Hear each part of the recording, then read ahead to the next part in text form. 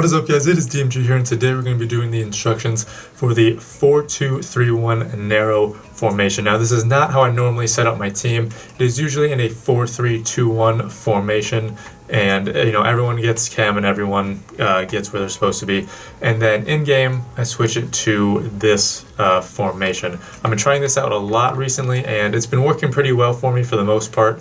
And I know a lot of people also switch to this in game, so hopefully you guys get some added help for this, for the instructions and the tactics as well. So starting off with the instructions for the defenders first, it's normally how it normally is. Left back and right back stay back while attacking. Center backs don't change anything. That's normally what we do for the left and right backs, just stay back while attacking. In this formation, it's no different.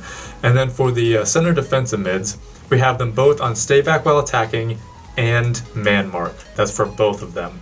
Now, the reason I do stay back while attacking is, for what I normally do, it's for the normal reason, is I just don't really want to get countered.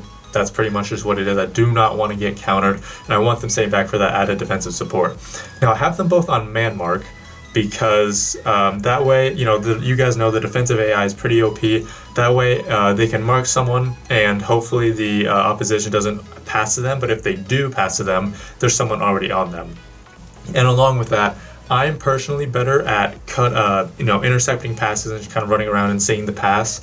So that's why I do not have it on cut passing lanes, because I can do that manually. I can do that better than the AI can, at least personally. So if you're better at cutting the passing lanes, intercepting the passes, have it on man mark, so then you can manually intercept the passes and cut passing lanes. But if you're better at man marking, if you're better at marking someone, then have the AI on cut passing lane, so then they can do that while you do the man mark. Then on to these three attacking mids and the striker. For the center attacking mids, at least for the center attacking mid, I have him on just the default settings. I just have him on the normal settings. And then for the left and right center attacking mid, I have them both on stay forward. Now, I have that because they normally don't come back anyway. They normally don't come back to help. And if you have it on, if you're on defensive or ultra defensive or anything like that, they will come back normally. And if they don't, you can just change it in game. But while you're on the attack, I would rather have them stay forward, so then I can at least have some players to be able to pass to. And then finally for the striker, I have them on stay central, get him behind, and press back line. For stay central, I have that just because the left and right center attacking mids, they kind of act as wingers in a way.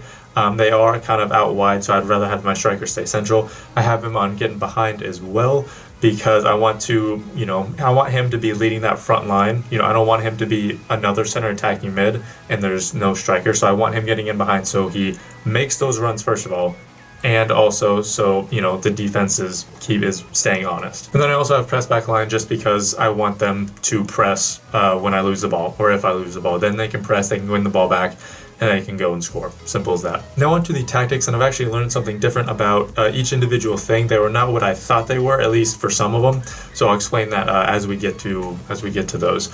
So for the build-up play, for the speed, that's actually just players making runs. Just making runs forward, which does translate into speed. If you have it at a lower setting, then players aren't going to be making many runs forward, which means it's going to be slower. If you have it a little bit higher, then more players are going to be making runs, which means it translates to a faster speed. So for me personally, I want players to be making more runs than usual. So I have it at 60, but it's not at like 70 or 80. It's not super high. So they still stay back when they have to, but they do make runs when they see it. And usually, more often than not, they will make the runs forward. Then for the passing, it's actually for players getting closer to the ball, if it's at a lower setting, or making more runs, like getting further away, getting spread out, if it's on a higher setting. So for me personally, I want them to be a little bit closer because I like playing the passing game. I like playing that tiki-taka type of style. So I want them to be a little bit closer. Whereas, if you're a little bit higher, if you want them to be spread out more, you have it at a higher setting. Now, personally, I wouldn't even really recommend having it at a higher setting, mainly because, like I said, they spread out on a higher setting. So if you have that one player on the ball and everyone else spreads out and you lose the ball, everyone has to come like sprinting back and crashing in. So that could be, you could have a harder time defending that, rather as if you lose the ball in a narrow setting, everyone's kind of already there, everyone's kind of already in that narrow area, in that center area. Now for chance creation, for this passing, it's pretty much just how risky you want your runs your runs to be. So if you have it a higher setting, they're going to be making more runs in behind. So if you like over the top through balls, that's what you want your higher setting on. If you like them coming short a little bit or just playing the safe pass, you have it at a lower setting, which is perfect for me. So I have it at a little bit of a lower setting. For crossing, it's not how much you cross. That's not what this is for. It's actually how they position themselves. That's actually how the majority of this goes. It's not how much you want to shoot. It's not how much you want to pass, how much you want to cross. It's where they position themselves. So for crossing, players, it's if you have it a higher setting, more players are going to be positioning themselves in the box because they expect you to cross it.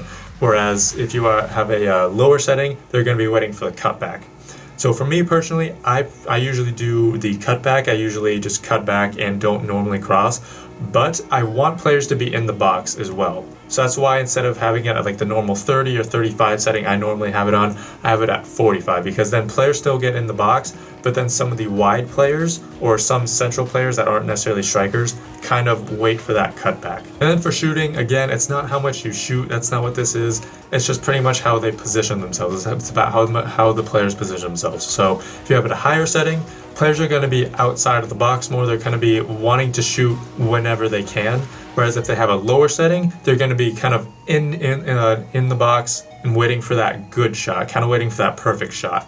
Now in this formation, I want it at 60 because then the striker is kind of the only one in the box. So then the center attacking mids are kind of on the edge, and that means the defensive mids don't push up as much. If I have it, let's say shooting at like 30 or something like that, the center attacking mids are going to be in the box or really close to the box. The striker's obviously going to be in the box, and the defensive mids are actually going to push up. So for me personally, I would prefer having the shooting a little bit higher, at least in this formation, but normally I would have it around 40 or so. But again, this formation, have it a little bit higher so then your center defensive mids don't push up as much. And then for defense, for pressure and aggression, these two work together. Pressure is just, how far up the field you want to press, and then aggression is how aggressive they are getting after the ball. So, if for me personally, I like pressing a little bit higher, but I don't want to I don't want everyone to be in in my opponent's half, because then all they have to do is just do an over the top through ball and then I'm kind of screwed. So I want the pressure to be a little bit more, so then my strikers and center attacking mids do press, but not so much to where my defenders are up really high and my center defensive mids are up really high. So that's why I have it at 55. Now my aggression, I really want the players to be aggressive. I would rather they try to intercept the ball or try to tackle ball and miss than them not go after the ball that they can easily get. Because for me, that's the most frustrating part. And again, that's just really frustrating for me, and then I just kind of lose it after that. And finally, team width, exactly what it sounds like. It's just how wide or how narrow your defense is. I'd rather have it a little bit narrower, or at least at 50 as the absolute maximum, so then players aren't making easy runs through the middle. So that is actually going to be it for this video, guys. If you have any questions on the instructions or the tactics for the 4-2-3-1, just let me know in the comments down below. But like I said, that's going to be it. Thank you guys so much for watching. This has been DMG. Peace. Maybe even further than that as well. So I think by now you've seen the players that I packed.